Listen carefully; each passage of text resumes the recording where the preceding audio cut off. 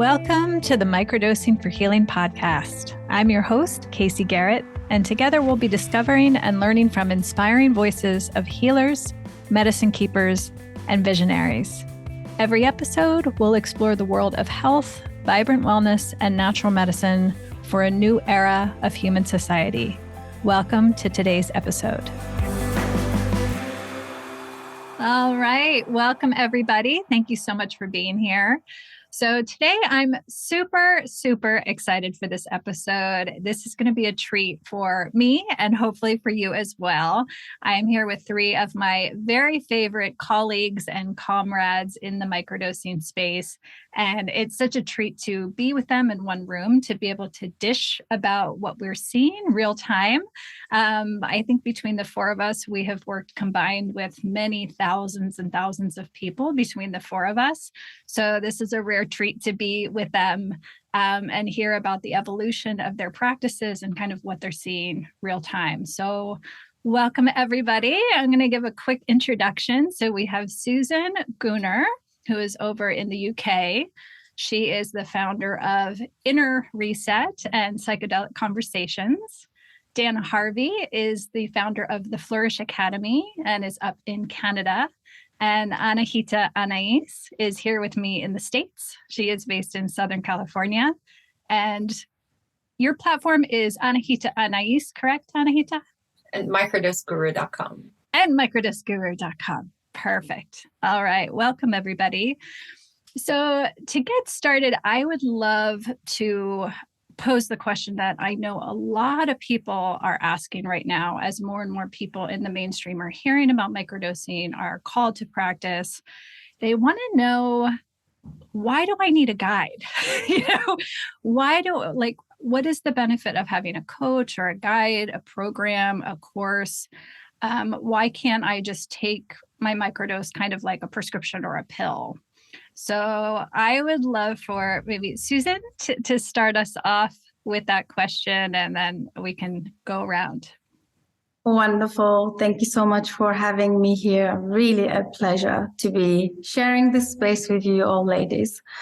It's a great question to be asking. So the way that I guide or coach the microdosing protocol, it's from a trauma-informed perspective. So the way that we microdose is not the mainstream microdose. It's actually the protocol is used for really deep work. And for that, you need a container, you need a guide, because we cannot see ourselves. And there is a lot of self-deception, psychological layers, maladaptations, lots of things are going on. So we're all looking through the world, through our template, through the lenses of our template. Therefore, it is really a wild west if we try to do our own deep trauma work without a container, without a guide, a facilitator, or at least a safe group where people can see each other and be accountable and be guided, and also eliminates the bypassing. These are my reasons for needing for a guide. Wonderful. Dana, how about you? Great question to kick us off, Casey. And thank you so much for having us here. It's going to be so much fun sharing all of our ideas and our knowledge. I think for me, kind of stepping back from that initial question is to kind of differentiate between two things that are popularly talked about these days. And one of them is taking a microdose, and the other one is microdosing for transformation or healing or growth. And I think what we're talking about here when we're talking about why it's important to have a guide or a coach is when you're looking at microdosing as a lifestyle, as a practice, as a tool for some kind of transformation in your life. So you're not taking a microdose, which is usually a little bit more than a microdose than the subperceptual, to have a giggle with your friends or enhance a yoga class or go for a hike and have a little bit more brilliance in the colors and the nature around you. You're actually undertaking this to transform your life. And if that's the case, I think you need to be looking at microdosing outside of this pharmaceutical model that is so ingrained in us, and that it's not a concept of popping a pill and getting on with your day and expecting to just feel better. It's a reciprocal relationship and a practice and a lifestyle that the more you put into it, the more you're going to get out of it. Microdosing actually just kind of provides this opportunity of new perceptions and neuroplasticity within which we can work. We need to do the work as well. It's kind of like if you want to lose weight, so you say you're going to go on a diet. Well, yeah, you could just go on a diet and just kind of rely on the diet to try and get you there. Or you could look at what else is going on in my life and how else can I support this goal that I have of losing weight. Maybe I can find a friend to go for a walk with in the evenings. Maybe I notice that I stay up too late at night, and when that happens, I binge eat, or, like it's looking at those other places. So I think the coaching that we do, the guiding, really provides kind of three main elements. The first would be just support and education. And that's kind of a safety container too. Like so many people are coming into it that they don't know how to microdose. What kind of dose should I be taking? What is the protocol? How often should I be taking it? So that education and support piece. Secondly, I think for the accountability, and that's where it comes into, you need to be doing the work too. You can't just rely on the mushrooms or your microdose to do all the heavy lifting. And the third element, which I think for all of us plays some role in the guiding that we do, is for that community, that supportive community where you can be reflected, you can be witnessed, and you can be supported. So overarchingly, I think those three main reasons. Beautiful. Beautiful. Anahita? Hi, everyone. It's so wonderful to be here and to be having this conversation, the presence of you ladies. And I agree with much of what's been said, and it's really the approach that I take as well in the practice, is that I really see microdosing as an opportunity, as an opening, and how we utilize that opportunity will dictate the outcomes that we receive. And so if we come and we're very surface level experienced with it, which is fine at times if that's what we're looking for, then the experience is just that. It's that opening and that joyfulness, that spark that we experience, and there is medicine in that as well. However, if we're really looking to experience long-term benefits and shifts that are profound, it's through the framework and the templates. And when we introduce microdosing, it really is just another component. So the way I practice this in my practice in a community is really just utilizing this as an enhancement, as an opening, so that I can achieve the outcomes a little bit more readily, and the changes are happening a little bit faster, and the insights are unfolding a little more clearly, and I can see what's before me a little more crystallized. And so to me, that really is the opportunity for long-term change. And, we also take a trauma-informed approach, and the way mindful microdosing, which is our framework, is really designed for long-lasting behavioral change and thought change. And when we are able to have that enhanced opportunity through this practice to notice what's unfolding in our experience, we're empowered to then shift the experience. And when we do that in a guided container, it's really difficult to change our old patterns. It's when we have a guided accountability and a framework, and I don't feel completely in a silo practicing that, that's where the real change begins to unfold. Beautiful. Thank you so much. My next question for all of you is, I'm so curious, what are people saying they're drawn by when they originally come to you, what are their intentions for practice? Since we began in our intake form at Microdosing for Healing, I've been so pleasantly surprised that people are really coming for all of it. Most of the mainstream media is focused on physical symptoms because that's what our framework is based on, typically what's wrong with you. But when people come to microdosing practice, I've noticed it's for physical health, but it's also for emotional regulation. It's for mental health. It's for spiritual connection. It's for nature connection. It's for a wide variety. And the beauty is they get all of them. No matter what brings you, you get all of them over time. So I'm so curious, present day, what you guys are experiencing, what people's intention coming to you. Anahita, do you want to start off with that one?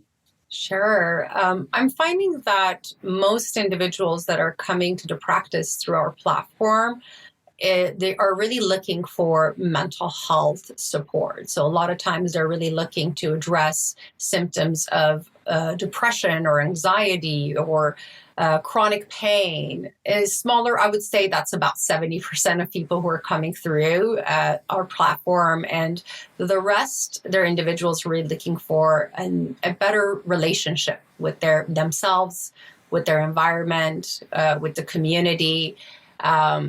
And a very small portion are really looking for that sense of focus or creativity. It's a smaller portion, at least, that are coming to our platforms. But I know we attract different types of, audiences depending on what we're putting out. So I'm curious to hear the experience of the other ladies as well. Yes, me too. Susan, do you want to go next? Yeah, of course. My early experiences had been with people with, because of my background as a traditional psychotherapist, a lot of it was mental health. Like Anahita said, a lot of it was about managing the psychopathology or symptoms or depression. However, since micropollen pollinated the entire universe, now the landscape has changed.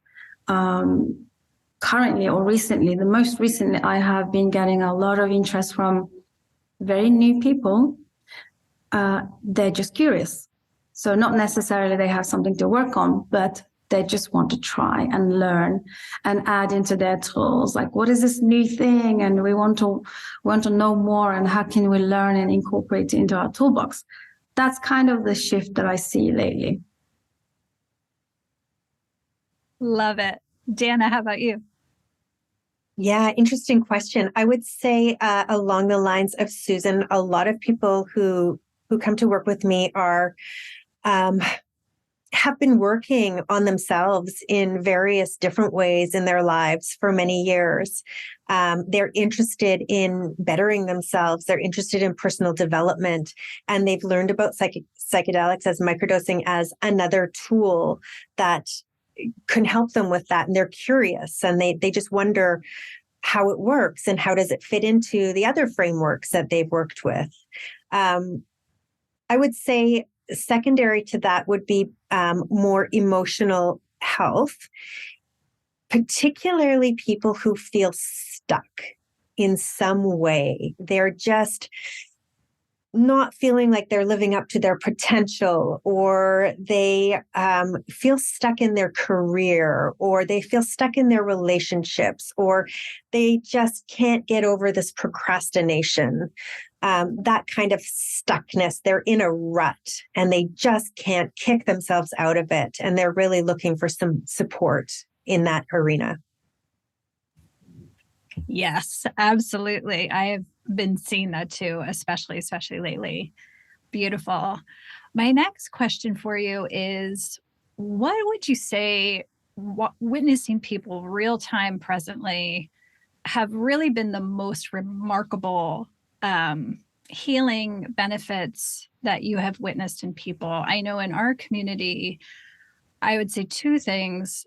One is nervous system healing has been absolutely extraordinary. So from seizures to neuropathy, TBI, concussions, migraines, cluster headaches, the nervous system healing we've seen has been really, really remarkable. Second to that, I would say women's health and healing, especially around PMS, PMDD, hormonal dysregulation, to women have found significant relief from those conditions, sometimes within just weeks, after trying so many different things. So I'm so curious what you guys have seen. Like, is there anything in your practice from witnessing people and guiding people over the last several years that you've really noticed that really has taken you by surprise and been a remarkable thing that maybe hasn't been shared in the mainstream media as of yet? Dana, do you want to go first with that one? Yes, Casey. Well, I would agree around the women's health issues, PMS, PMDD, sexual health issues, incredible impact in that area. And I particularly enjoy working with women. So I think I hear a lot of that feedback because a lot of people I work with are women. But one thing that I think is we don't hear about as much in the mainstream media because it's not really easy to measure. But what I find shows up for so many people is a tuning into their intuition, which leads to a confidence. And that confidence is what's kicking them out of the ruts. They are really listening and hearing and trusting themselves and trusting their instincts. And that can help in so many different arenas in physical and mental well-being, is just having that trust and belief in your intuition and that confidence in yourself. Love that. Susan, do you want to go next? Yeah, of course. Casey, I'm so passionate about the group processes. I'm always like, you need a group container because you need another body, another nervous system to create that or build that capacity to deal with anything.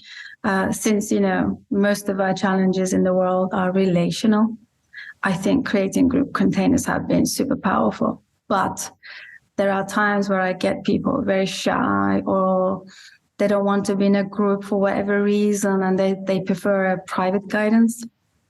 Then somehow I find my way to reel them back into group, say for another cycle. And then they get to experience both and they say, wow, now I see what you mean. But of course, people need time, understanding, education to be able to open to that level of, openness, safety, to feel safe, to be vulnerable enough to go in internally and work through. But one of the things that I'm witnessing, and it's been such a breakthrough, is people don't like being in their lives. They hate their own lives. And increasingly, I think this was the opening of the post-pandemic era that we are experiencing now. I realized and I've seen and witnessed that people want to escape their lives. It's always something out there somewhere. It's always chasing another workshop, another book, another healing modality, another thing. It was like continual chase, anything but being in their lives. So with the microdosing, I am witnessing a lot of people appreciating what they have.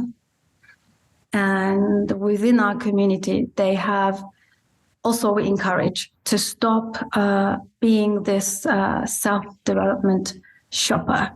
And let's use what we have. You've learned enough, you've read enough, you've been into workshops enough. And I think that's really working. And obviously the microdosing protocol is helping them to actually have that psychological separation so they can focus into and actually come back and, be home in their lives. So that's kind of the big thing. That's so beautiful. Love it. Anahita? Oh, I love all of these experiences and hearing about them. I think in my practice, what I'm noticing that's most profound is just the capacity of individuals, the enhanced capacity of individuals to resource themselves. And so we really take that approach of training the nervous system to feel more resourced and be able to better navigate states of stress. And from a macro perspective overall, that's the trend that I'm seeing the most. And of course, that's where I put a lot of energy and focus into, is how do we ensure that we have more regulated nervous systems? Because all it takes is just one. one, regulative nervous system. And I'm a firm believer that all organisms have an innate drive towards harmony. And if that's our natural order and we begin to harmonize, we become the metronome in a room where I'm holding that rhythm and beat of harmony, that all the other instruments, all the other nervous systems will inevitably find their way into that state of harmony. So to me, it's like the greatest gift that we can offer. And that's what I'm really seeing unfold in the practice. Now, from the perspective of the results that the media isn't talking about, is not part of the zeitgeist. Some of the work that I do is very focused and individualized, a personalized approach. And so I go deep in with individuals in my private work for like 9 months. And a lot of times those nervous systems that come through, a lot of times there's a chronic health condition that we're working with. Sometimes there are neurodegenerative diseases where I'm seeing some incredible results with really rare neurodegenerative diseases and how they begin to show up, the outcomes that shows up in other practices that they're doing. And so their movement is enhanced, their performance is enhanced in their mobility. For example, they regain a sense of mobility after losing it. That's been really profound to witness. We are seeing individuals with Alzheimer's that, again, I stack for Alzheimer's. A lot of times I develop a very personalized stacks, but with the stacks that we develop for Alzheimer's, we're seeing memory return, resourcefulness return, quality of life improved for people in their 80s. And so some of this is just mind-blowing, where every day I'm just blown away by the results of, the clients, but it's also them showing up and integrating. And, it's a collaborative process. The more somebody shows up and integrates and listens and drops into the body and pays attention and develops that sense of attunement, the more profound the outcomes. I feel like we're just starting to scratch the surface, and, we'll see what else unfolds in this space. Amazing. Amazing. My next question is, all of us have been out at this for a while now. And I know I've been reflecting that the certain things, my thinking has evolved a lot from where it was when we were first starting, as we witness more and more people. Two specific things that come to mind is, one, I've completely changed the way I approach protocols. I think when I was first starting out, we didn't have anything to go on. So we were operating off of this pharmaceutical model of a prescription that's going to be the same for everyone. And it's always the same and it stays consistent. And I've completely evolved out of that way of thinking. It's so intuitive because I've seen everybody moves at their own pace. Some people move very quickly through the process. And other people, it takes a while. They need to move some energy. They need to release some grief, some anger, some fatigue before they can get to the next phase. And so I've really shifted to our protocol is much more helping the person touch back into their own innate intuition and let that inform their protocol. The other thing I've really learned by witnessing people is that people move through their process depending upon their preparation in great part. So I've really noticed the people who come to practice who have had 10, 20, 30 years of personal development work or contemplative practice or creatives and artists, they meet the medicine and it's immediate. They're just off, and it's almost like they can't believe it. And it's such a relief because they look back and they've seen, God, I've been working on myself, or I've been working on my healing for so long and trying so many different things. And it's almost like nature sees all of it in that moment that they start medicine practice. So I've really shifted in how I approach people when they're coming on, knowing that their preparation for years coming into the practice is going to greatly inform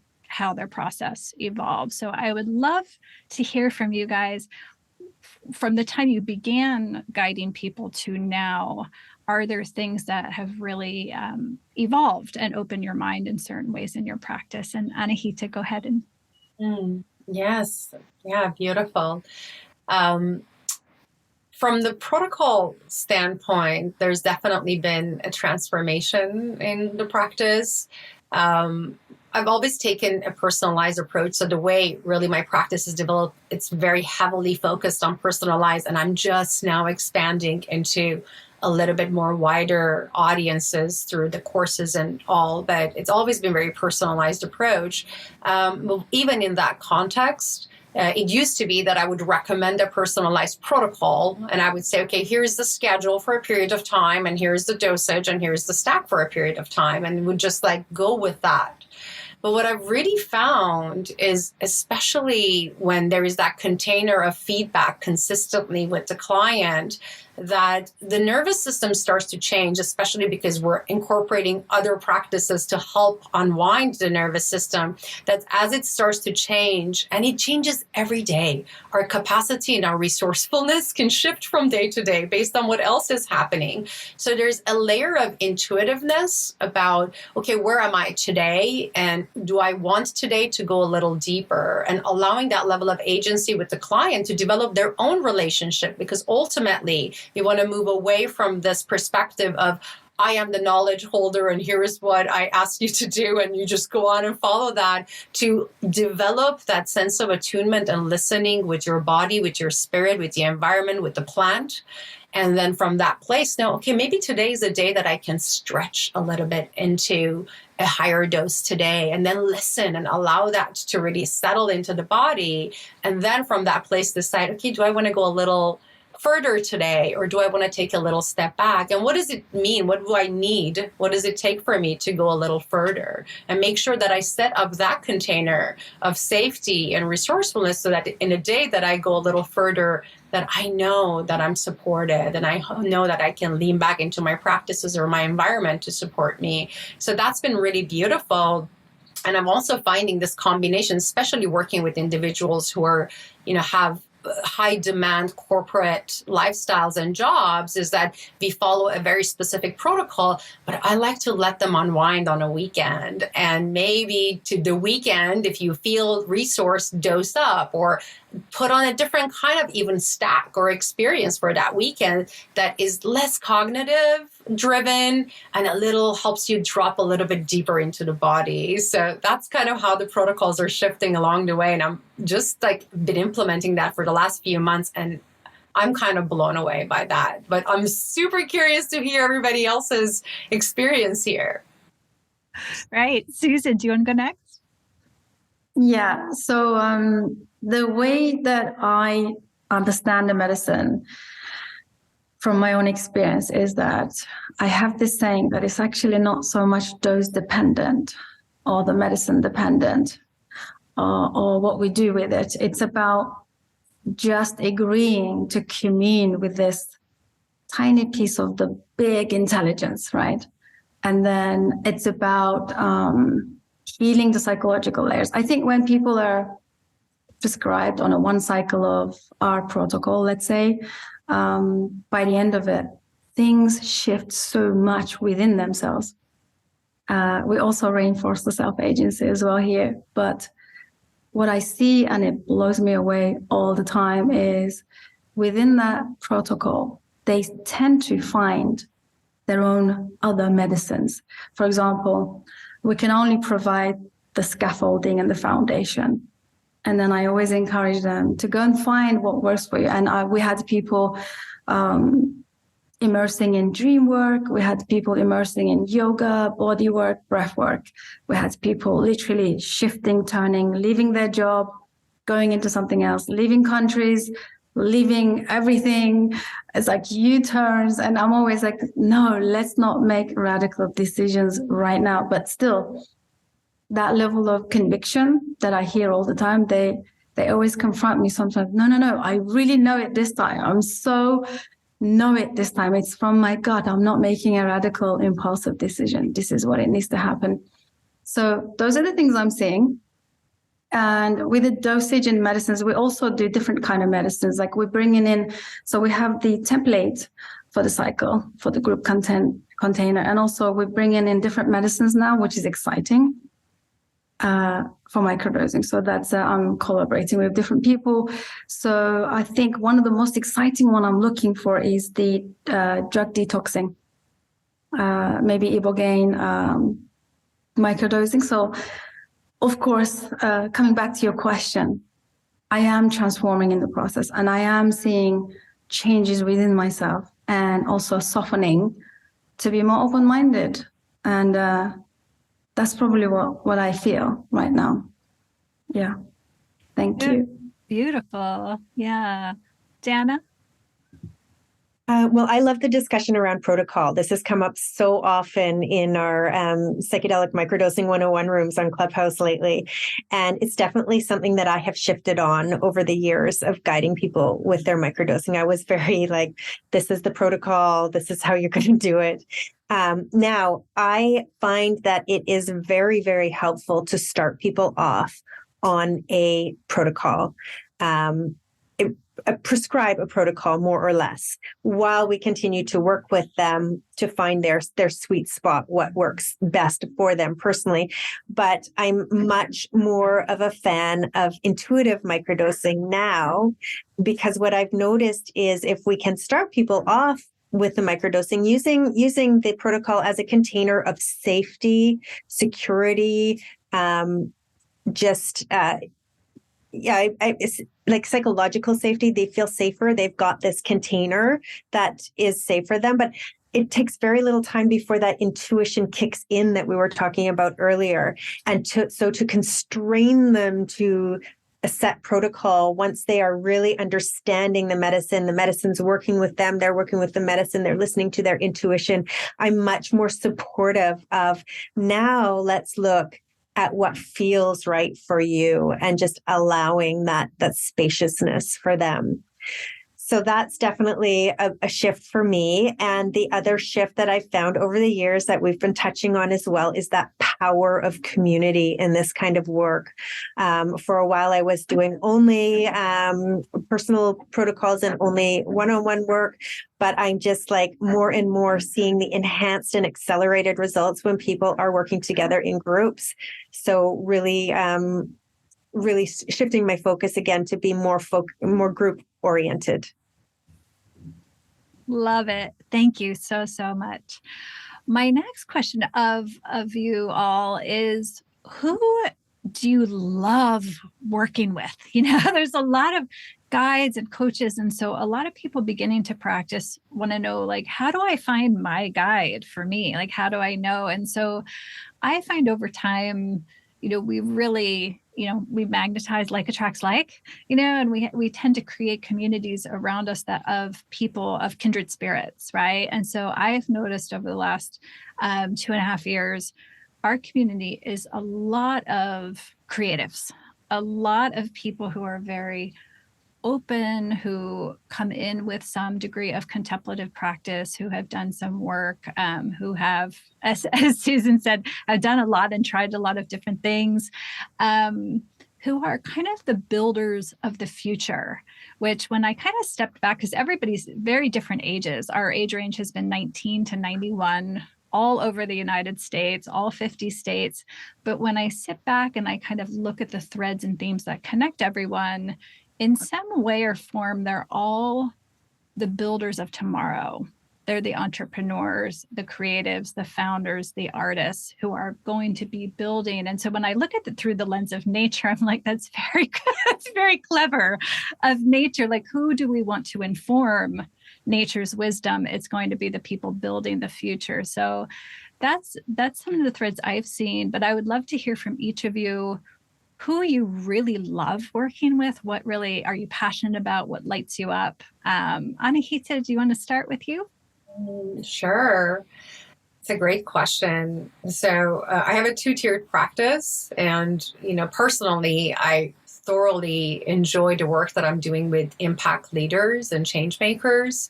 That's been my focus for quite a while, and it's really where my private practice lies. And I take so much joy from doing that work. And predominantly, they're individuals who are type A, hyperachieving, and enduring a lot of symptoms in their bodies, ignoring the body, and kind of dragging this body along. And at some point, hopefully they find me before the body goes on a protest, which often they find me after.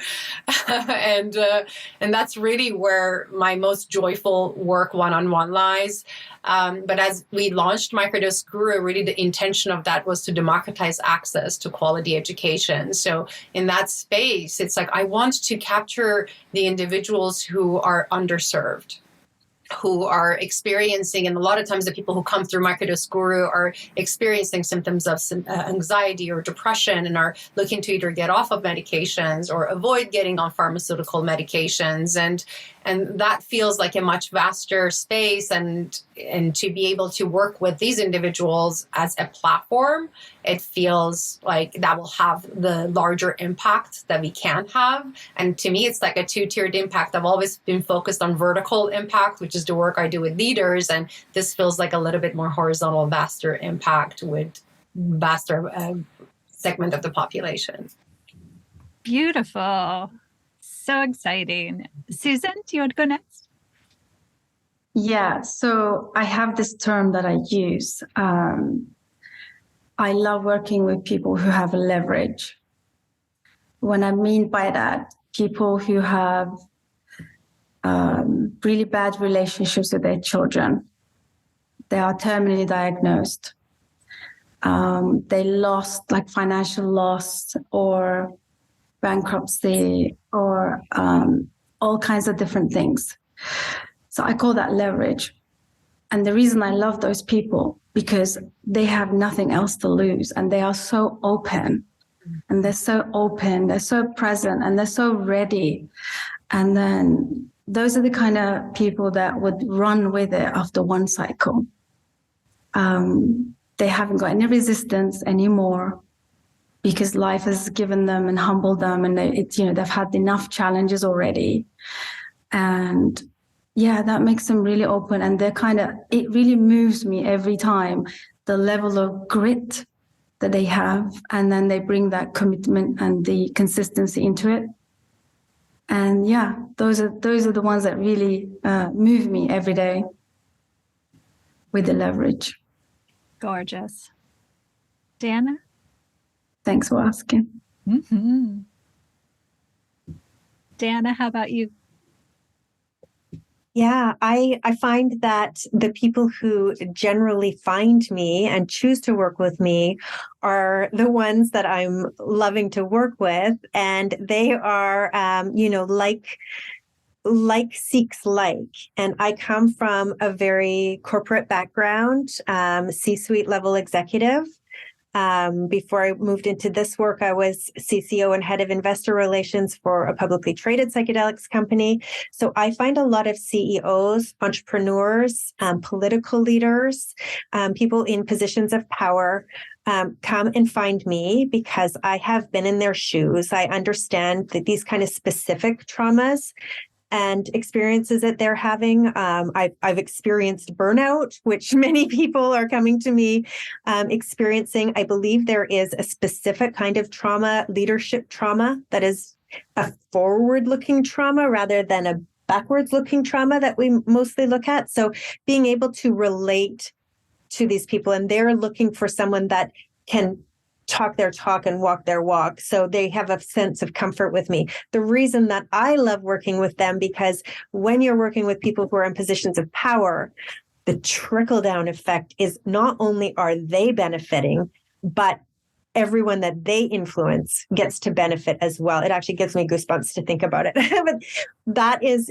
one category that I love to work with. And again, the like finds like. I find a menopausal and post and perimenopausal women who can be so helped with these medicines, and has helped me incredibly to navigate this phase of my life. I really enjoy working with them as well. Beautiful. Thank you.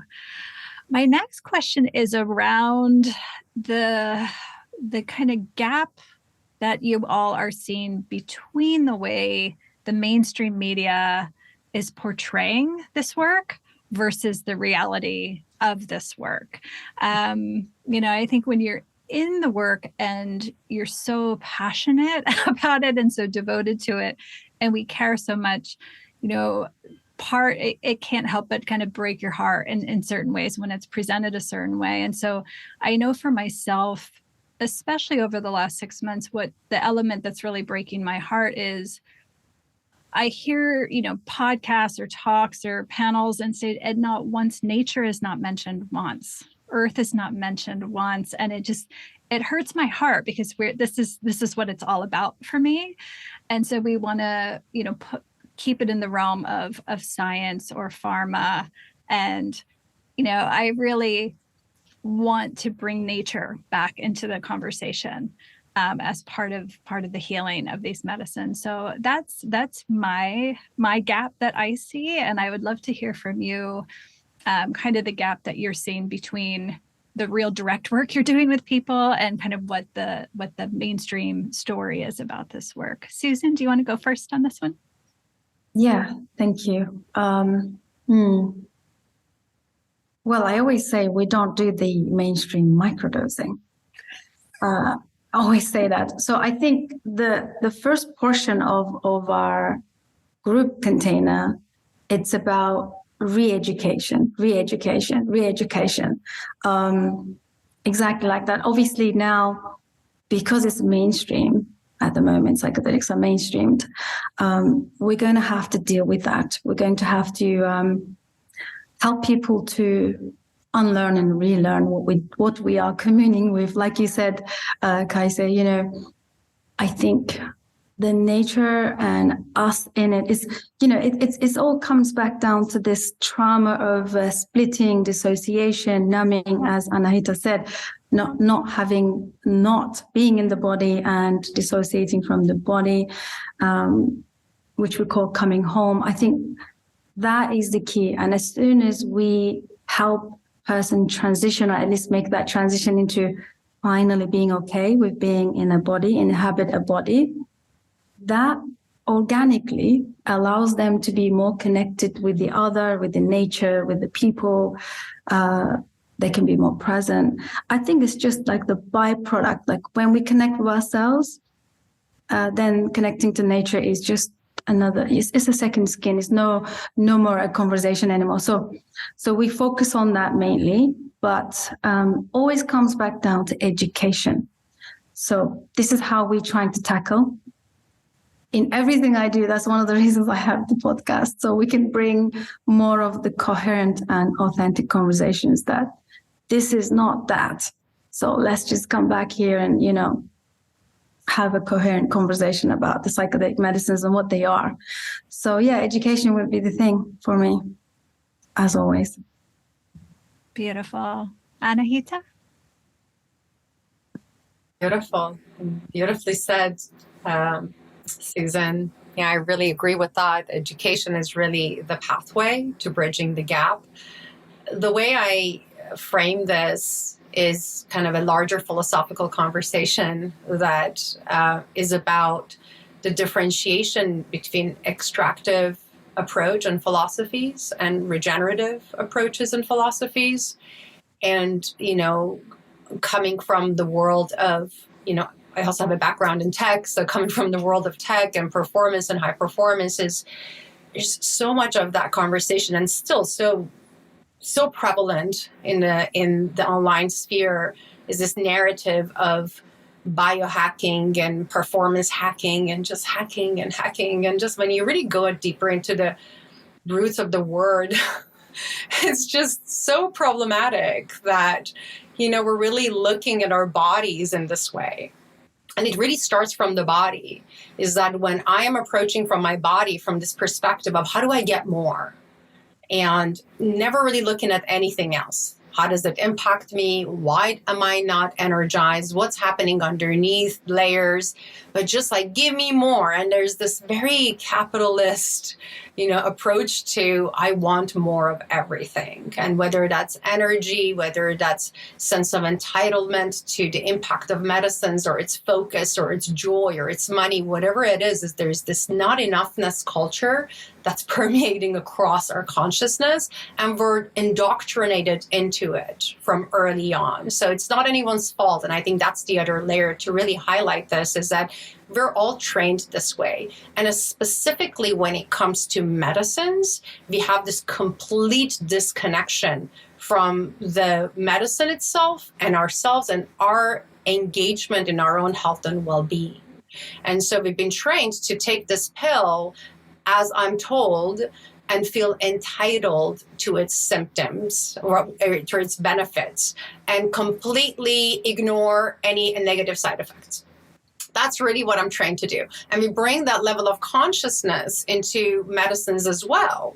And so we feel a sense of entitlement to the effect and the benefits of the medicine.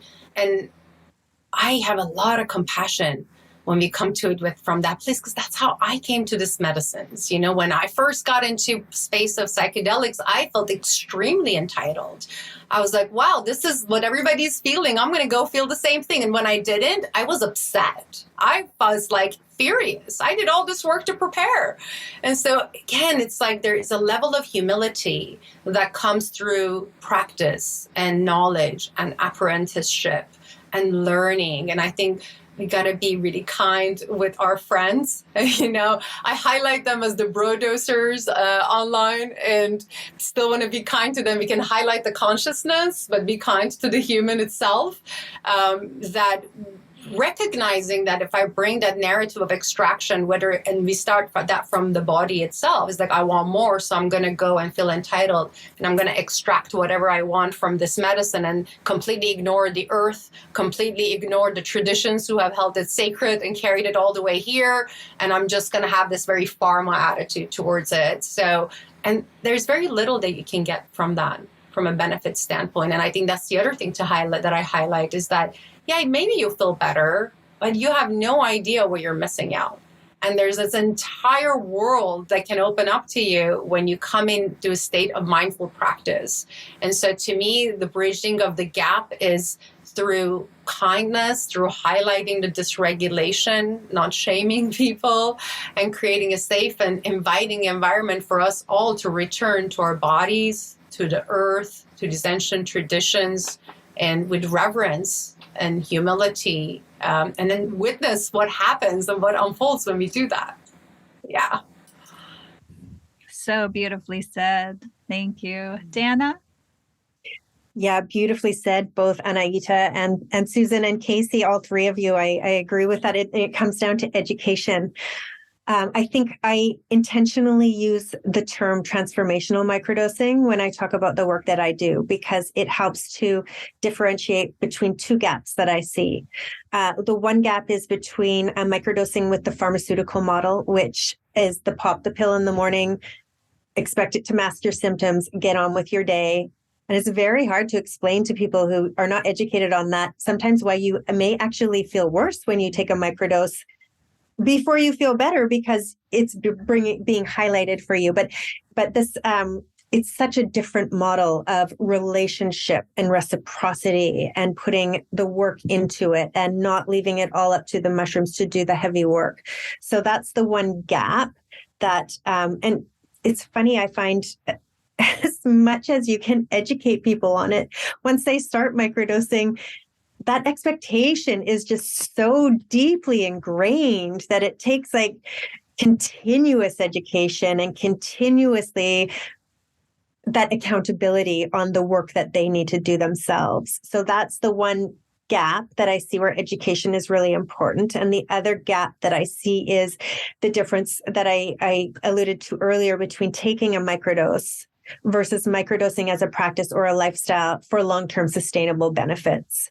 And for that one, I like to use the analogy of yoga, where, you know, a lot of people go to a yoga class and they're like, wow, I feel so good. I just spent an hour focused on myself. I feel limber. I've got the endorphins going through this. I am a fan of yoga. I'm going to tell all my friends that they should do yoga. And maybe like in a couple of weeks, maybe we can all do yoga together.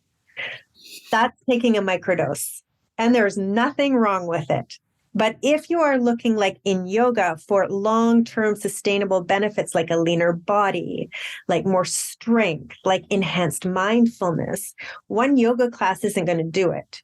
you're going to undertake a practice of yoga. You're likely going to be working with a teacher or a guide. You will have a schedule of days where you do the practice and days when you take a break from the practice.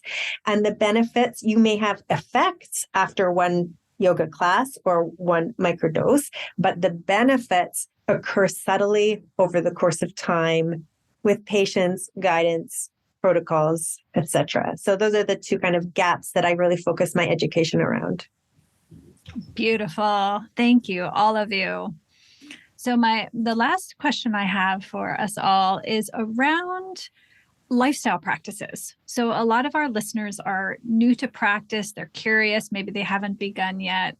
And I think another missing piece is the other lifestyle element. So a lot of times people come to practice and they're on a variety of pharmaceutical medications, or they're dependent on alcohol, or their diet isn't the greatest or the healthiest.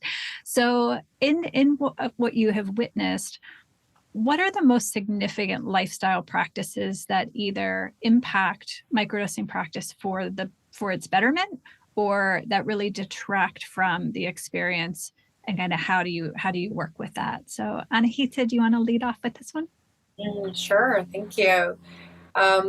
In my experience, I'm finding that first and foremost, we take a very integrative approach to really look at initially when I'm one-on-one working with individuals, it's really about sleep, balancing sleep, because if our sleep is interrupted, everything is interrupted. And then look at, so what's interrupting sleep? And so we start with very simple, you'll be surprised, a basic sleep hygiene practice can have such profound effects. And it's really not that complicated or difficult to implement. So a lot of times I work with biodata to inspire change. And so I work with Oura Ring as a way of identifying both dosage efficacy, but also these other practices. If I just tell a client that if you have a drink of alcohol, your sleep is going to be deeply impacted, the difference between that and them seeing that number every single time, their readiness score dropping by 50% makes a world of difference. So some of this is just not convincing, but demonstrating with data of like, okay, what is the impact of this directly on your experience and how you feel, and being able to track that. So I have a journal that clients track their progress and process and notice that when I'm sleeping this amount, or for example, the next one is really the diet is so important. It's that when I am consuming processed sugars, when I'm consuming unhealthy fried foods, or I'm snacking a lot throughout the day, that it's simply a process of tracking how I'm feeling. And if I'm giving individuals the opportunity to track that, okay, did you feel energized after that? Or did you feel less energized? And it's really very basic integrative approach,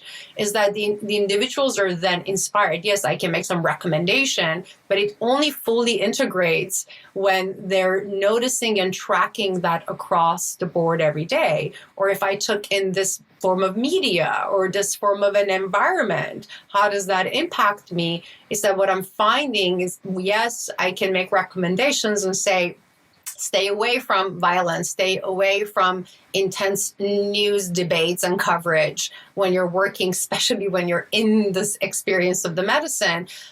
But it's really resourcing and providing agency to the individual by allowing them to track their own progress. It's like, see for yourself, how does this impact you? And so this is why when we offer a framework like a journaling practice and the tracking system, that the individual can see for themselves what's working for them and what they can do more of, and what they can eliminate, and start working with identifying, okay, if I do less of this, this is how my results are enhanced. This is how much more dosage awareness I have. This is how much better I feel at the end of a day. Beautiful. Susan? Thank you.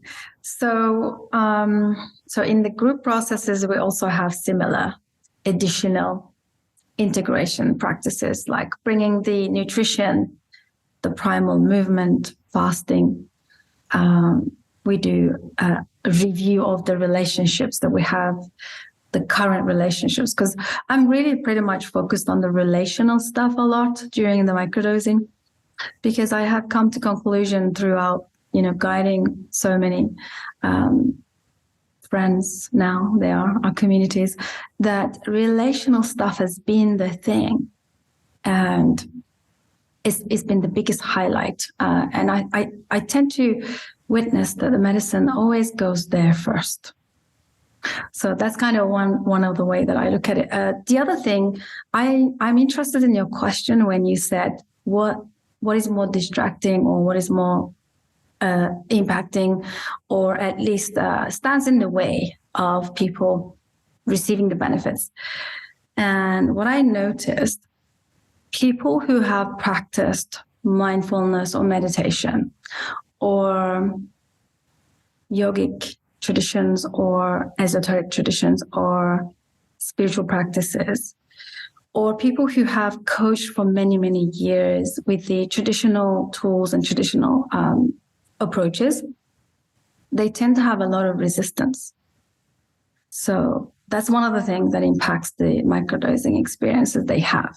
They tend to come to conclusions real fast, whether it's going to work for them or not work for them. It's really concrete, and it's like their thinking and thought processes are so solid and convicted. It's like there is no room. So that's one. There's two. There's a second part. The second part is that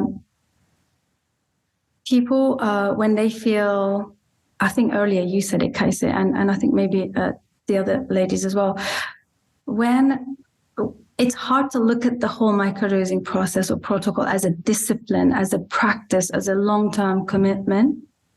So as soon as there's a little bit of a discomfort in the body, a little bit of a discomfort or uncomfortableness or feeling, for the first time they start to feel feelings, that's the moment, okay, microdosing is not for me. This has side effects. These are the side effects. And I actually, one of our groups, there was one lady specifically went out to Google side effects. And there is a company out there, which I'm not going to name, but they have listed side effects. If you are having these, you need to stop microdosing immediately. So she did, and she decided it wasn't for her. But everything in that list was the very common initial releasing clearing processes. So that's the second one that is a lot, and it's very difficult to walk people through, to have that breakthrough, to actually understand until they really commit and have that discipline. So these are the kind of things that I'm experiencing. I don't know if that answers your question. Thank you. Yes, very much so. I think that resonates with all of us. Yeah, I mean, so much of the practice, I think, to answer the initial question I had for all of you is why have a community? Why have a group? Why have a guide? It's such a deconditioning process. In so many ways, we are so intellectual. We so want to figure it out, and we so want to decide right away. As you said, people come to these conclusions very, very quickly. And I think it does, the more people are in their heads, that's even more true. So yes, I think being with people who can walk beside you through the process and kind of peel away some of these layers of our conditionings and our expectations is so beautifully important. So absolutely. Thank you. Yeah, one last thing I wanted to add. I think, again, Anahita said about the biohacking, the culture of biohacking of the New Age self-development and the New Age spirituality, I think is kind of perpetuating this thing about always receiving positive and discarding the negative. So I think that's kind of where the education and the reinforcement of, no, you're a human, you're not ever going to be this Zen person every moment in your life. So we're here to build capacity so we can move around these challenges and bounce back quicker. So again, it's the outside external world of self-development. I think it's not helping most of the time. Thank you. Yeah. Dana? Yeah, so many great points brought up by all of you.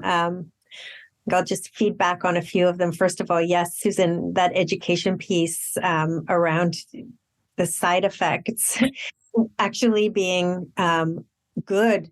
They're coming up so that you can address them and clear them. And so so many people are like, well, I'm feeling worse, so it's not for me. So coming back to that education piece. Casey, just touching briefly on what you were saying at the beginning of the question, with people coming in with unhealthy, maybe lifestyles, like abusing alcohol or not having healthy diets. One of the beautiful things I find about microdosing is how that the microdosing can influence those unhealthy habits. And people who come into microdosing without even having on their radar that they're having too much wine in the evening, or that, their diet is not supporting a healthy body, they just suddenly find themselves not craving the things that were filling voids or gaps in them. And just the drinking just drops off, or the cannabis use, or they're craving healthy food. And they're like, wow, I just don't even know what's happening here. And the thing that I find so magical about that is that it's not even intentional. I don't even bring it up with because I just wait and see. So I love that. But I do really take this integrative or holistic approach with microdosing and looking at introducing micro habits to support the benefits of microdosing. And you were asking like what other habits or lifestyle changes, et cetera, are really beneficial. And again, I find that tracking and journaling are critical. And the other thing I find, like you're talking about yoga and mindfulness, et cetera, I find that microdosing can enhance those. And those can enhance microdosing. So it's kind of like this natural flow that happens. But one of the important things that I introduce right away is creating a ritual around taking your microdose. So making that spaciousness at the time that you're taking the dose and making it into something that you are very present with and mindful about, and bringing up gratitude to the medicine, and just taking that moment in time. And that can be a catalyst for, bringing ritual, mindfulness, etc., into the rest of your life as well. But just carve out 10 minutes around your microdose. It's not a pop your pill thing. Let's just start with 10 minutes and carve that out and be very mindful and present and grateful. So beautiful. Thank you so much. To close, I would love to hear from each of you what you are super excited about and passionate about right now. I'd love for you to share with our listeners your platforms where they can find you. But just like in this moment, this year, what are you really, really passionate and excited about in terms of this work and what you're seeing, its impact on individuals and for society that you've seen? Anahita, do you want to start off? Thank you. Gosh, it's such a good question, and so much goodness to celebrate and highlight at the same time. And so, gonna have to say, it's like a two-tiered again for me. The work that we do on a deeper level, I do on a deeper level with individuals, is really truly the most inspiring work. And what I'm really excited about is just witnessing a different group of individuals coming through than what's been the norm in my practice.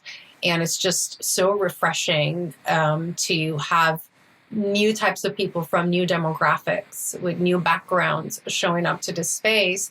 And the level of openness, and curiosity that I'm witnessing is blowing my mind. And most people I work with are men in their 50s and 60s when I'm working with them one-on-one. And it's like, it's just incredible to witness people, in their 50s and 60s show up with absolute openness towards concepts that even I myself would have been skeptical of just last year.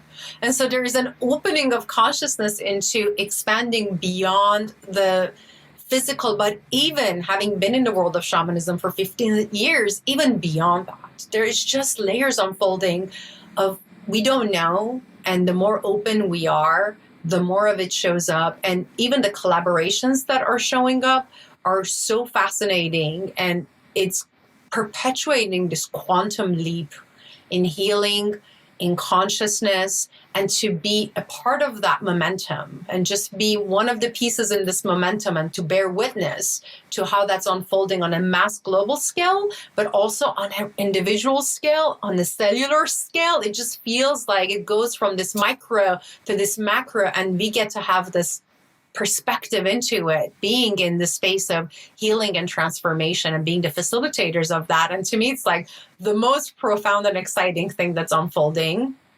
And the same is happening on a larger scale with Microdose Guru. It's like as we're growing, I have no idea. This is just for the first time coming above ground in the world of psychedelics I've been in for 15 years, just coming out of the ground and peeking my head out to see what's happening outside. And it is incredible, just the caliber of people that are showing up consistently from all walks of life with so much depth, so much openness, so much curiosity. And to me, that's the one thing that if we can just find openness and keep the channels open, it doesn't matter what pain, what story we have, where we're coming from, what we're carrying. But if we can just stay open, that's an opportunity for change to happen. It's an opportunity for connection, and we need a lot more of that in our lives. And I'm seeing that some of the shadow that showed up over the course of the last few years through the pandemic is transmuting into connection, into kindness, into compassion. And if you just listen to the media, you won't hear it.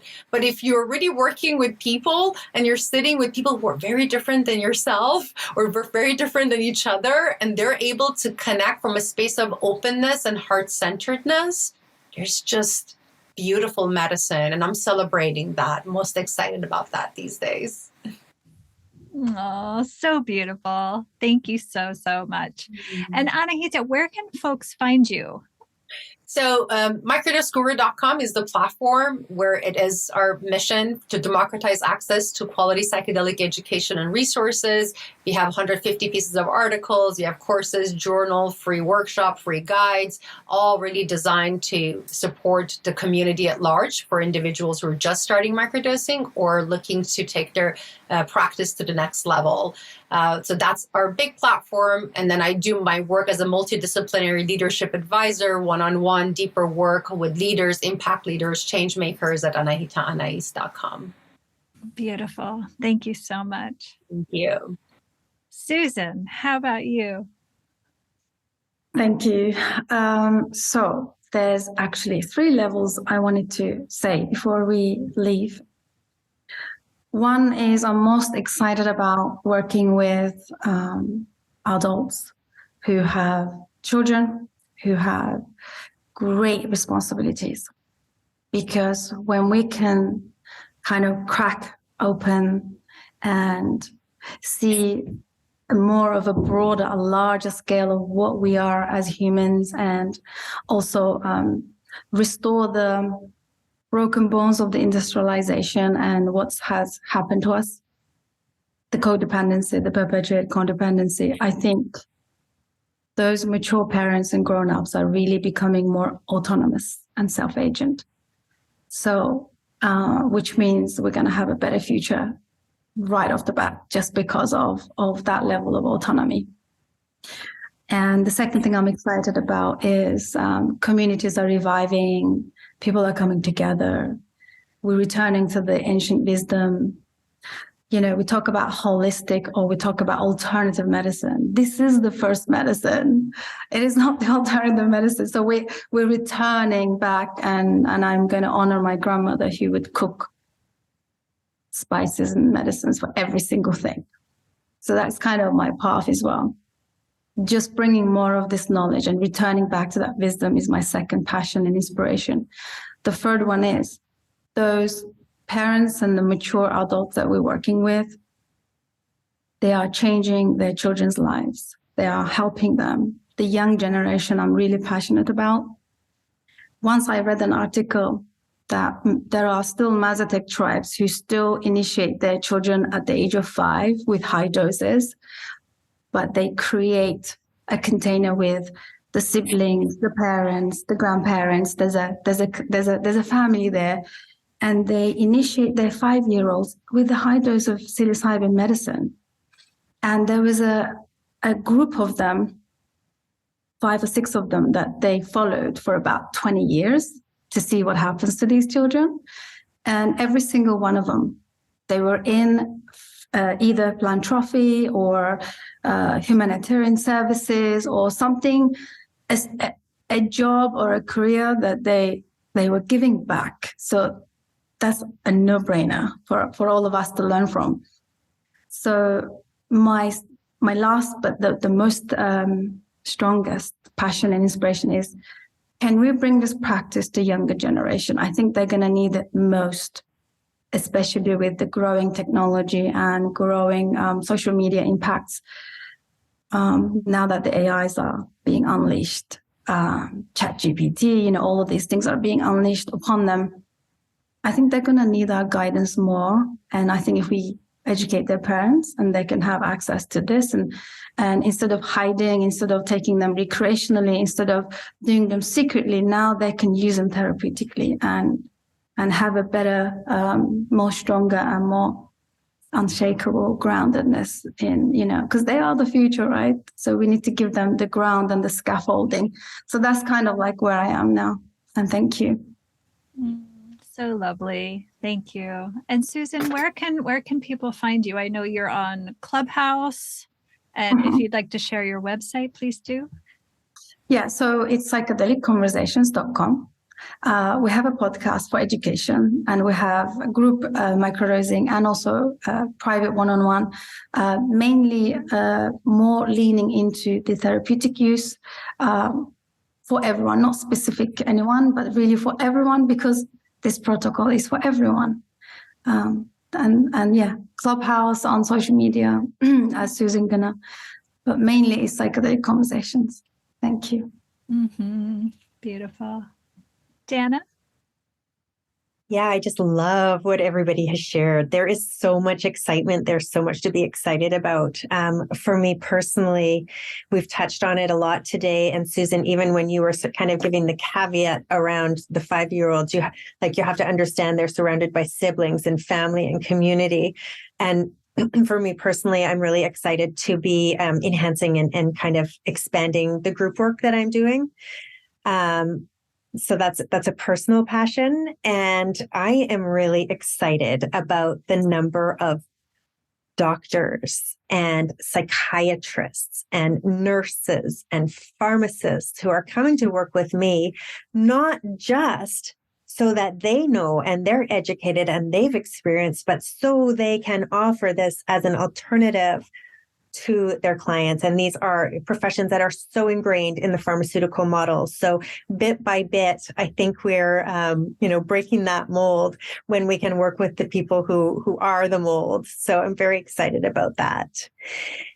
And where you can find me, well, I am theflourishacademy.org, offering loving guidance, providing evidence-based knowledge, and building supportive communities.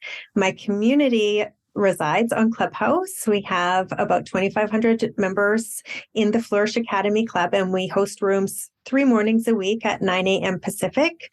The one that I personally retained and continue to host is Thursday mornings, very relevant to this conversation, Psychedelic Microdosing 101. Both Casey and Susan have been guests in that room. And I would love to have you and Anahita come and be a guest as well. We meet every Thursday morning, and we have at least 100 people through the room each week. So it's a beautiful community and platform. And I'd love for anybody to come and join us there. On Wednesdays, we alternate between entheogens and the divine feminine and the divine masculine. And on Fridays, we host Psychedelics 101.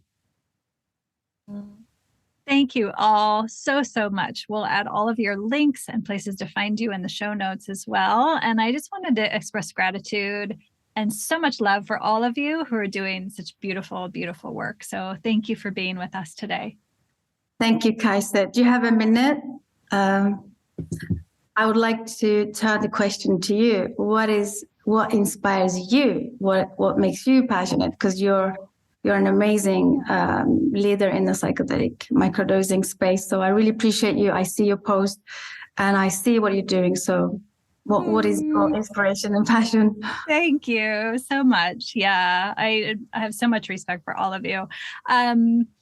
Yeah, so many things, but yes, I think nature is a huge part of my inspiration, is really speaking for nature. I see what's going on in the world. There's so many of the things that we view as challenges and hardship is really just nature really trying to push us into our evolution and our evolution and elevation in our consciousness. And so what I think the media is skewing as problematic is really for our best and highest good, right?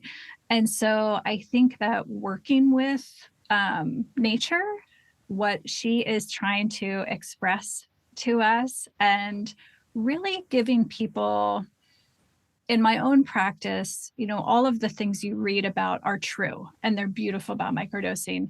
But I think it's the relational things, as you said, like the real, yes, I hear it a lot in my clients of 50, 60, 70, where yes, my memory is improved and that's why I came, but I can express gratitude now. I can show love in a new, more expansive way. I can feel more fully. I have better emotional mastery. And those are the things that that I love to hear so much, that inspire me, that really, really change people's lives, their relationships for the better.